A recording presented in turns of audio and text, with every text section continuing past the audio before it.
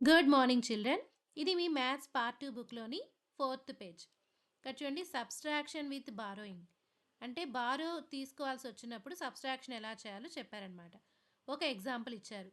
So, ఇక్కడ step by స్టెప్‌గా చెప్పారు చూడండి.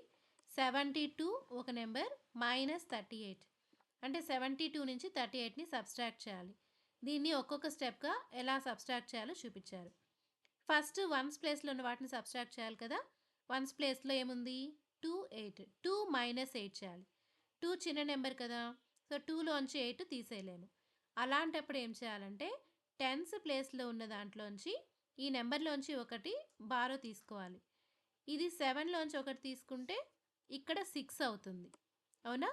ఇక్కడికి 12 అవుతుంది. ఇక్కడ 1 తీసుకోవడం అంటే 1 + 2 చేయకూడదు. ఎందుకంటే ఇది టెన్స్ ప్లేస్‌లో ఉంది కాబట్టి. టెన్స్ ప్లేస్‌లో ఉన్న నెంబర్ నుంచి ఒకటి తీసుకున్నాము అంటే ఒక 10ని తీసుకున్నాము అని అర్థం. సో, 10 + 2 12 చేయాలన్నమాట. సో, ఇక్కడ 12. 12 - 8 4 కదా! సో, ఇది 4.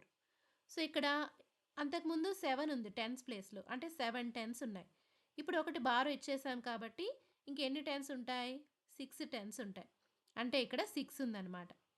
సో, 6 - 3 3. సో, రిజల్ట్ 34 అనమాట. సో, ఈ విధంగా బారో తీసుకొని చేయాలి. ఇది 2 డిజిట్ నెంబరు. 3 డిజిట్ నెంబర్‌కి కూడా ఇదే విధంగా చేయాలి. ఎగ్జాంపుల్ ఇచ్చారు. ఓకేనా? సో, ఇప్పుడు చూడండి దాన్ని బేస్ చేసుకొని carry out subtraction by observing the examples. ఈ ఎగ్జాంపుల్స్‌ని బేస్ చేసుకొని మీరు వీటిని సబ్‌స్ట్రాక్షన్ చేయాలి.